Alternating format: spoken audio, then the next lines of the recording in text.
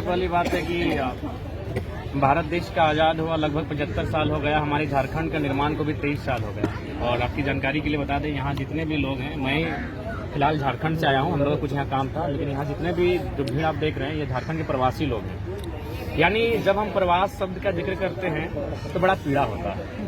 और मेरा मानना है कि दुनिया में 2 प्रकार की पीड़ा बहुत कष्टकारी होती है, एक प्रसव की पीड़ा, एक प्रवास की पीड़ा। ये सभी झारखंड के प्रवासी हैं।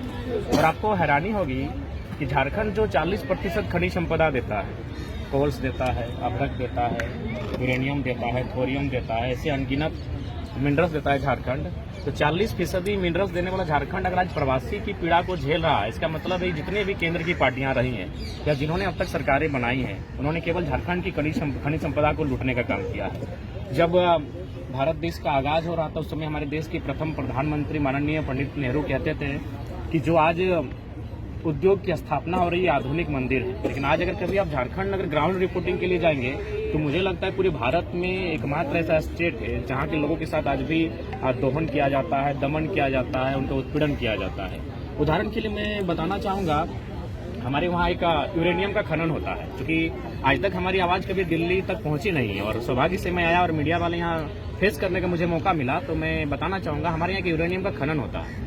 तो उस आसपास के 7 गांवों की रिपोर्ट कहती है कि जब यूरेनियम का खनन किया जाता है तो उसके रेडिएशन से लगभग 47 आउट ऑफ 100 यानी 47% महिलाएं मां नहीं बन पाती है। लेकिन फिर भी यूरेनियम का काम होता है। उसके बाद क्या होता है, उस यूरेनियम को हैदराबाद लेके जाया जाता है फिल्टर करने के लिए।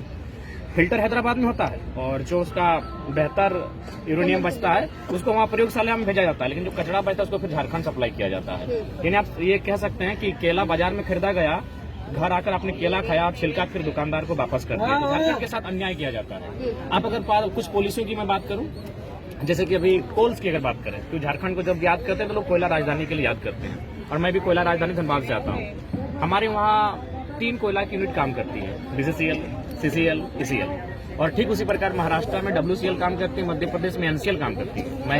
मैं महाराष्ट्र गया, वहाँ भी मैंने पता किया, वहाँ के जो खनन के डायरेक्टर हैं उन्होंने कहा महाराष्ट्र में से कोई घटना नहीं घटती है। लेकिन एक सप्ताह पहले मैं एक ऐसी घटना में मुआवजा दिलाकर आया हूँ जहाँ 3 महिलाएं जो खनन के काम से नीचे दब गई थी। अच्छा सर, ये बताइए, आपने तमाम समस्याओं का जिक्र जो है वो किया है, झारखंड में किस तरीके की चीजें हैं और किन पॉलिसीज पे आप काम कर रहे हैं, किन चीजों को लेकर आवाज उठाई जा रही है। मेरा एक सवाल ये है, अभी आपने कहा देश की आजादी को 75 साल हो चुके हैं, देश में राज जो है वो 54 साल तक कांग्रेस ने भी किया। आज वही कांग्रेस जो है वो अन्य पार्टियों के साथ अलायंस में है, इंडिया अलायंस है। वही जो बीजेपी आज सेंटर में है और जो झारखंड में भी सरकार आ सकती है, मैं नहीं कहूंगी नहीं आएगी, आज जो सरकार सेंटर में है, अब देखिए मौका है आप लोगों के हाथ में कि आपको क्या लगता है कि जो इंडिया अलायंस है, क्योंकि कहीं ना कहीं वो भी राज कर चुके हैं और किसी न किसी राज्य में सरकार चलाई जा रही है, तो क्या लगता है किस पर ज्यादा भरोसा है और किसे एज अ यूथ आप 2024 में इस बार मौका देना चाहते हैं? देखिए, सबसे पहली बात, हम लोग झारखंड में एक नई पॉलिटिक्स की स्थापना करने जा रहे हैं और उसका नेतृत्व हम लोग ही कर रहे हैं। उसी पर्पज से हम लोग दिल्ली भी आए थे जानकारी एकत्रित करने के लिए।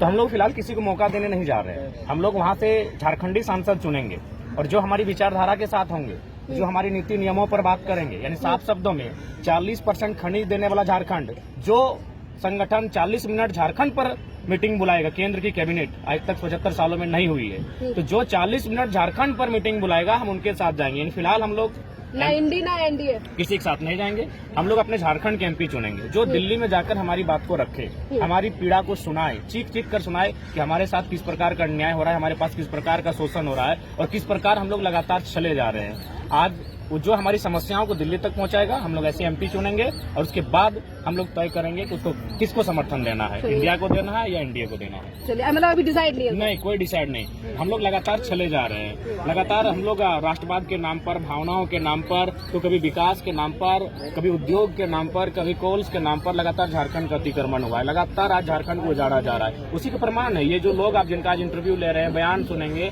ये झारखंड के प्रवासी लोग हैं। चलिए और भी लोगों से फिर बात करते हैं। देखिए, आप क्या नाम है आपका? दिनेश साहू। दिनेश जी, आप बताइए किसे 2024 में मौका देना चाहते हैं?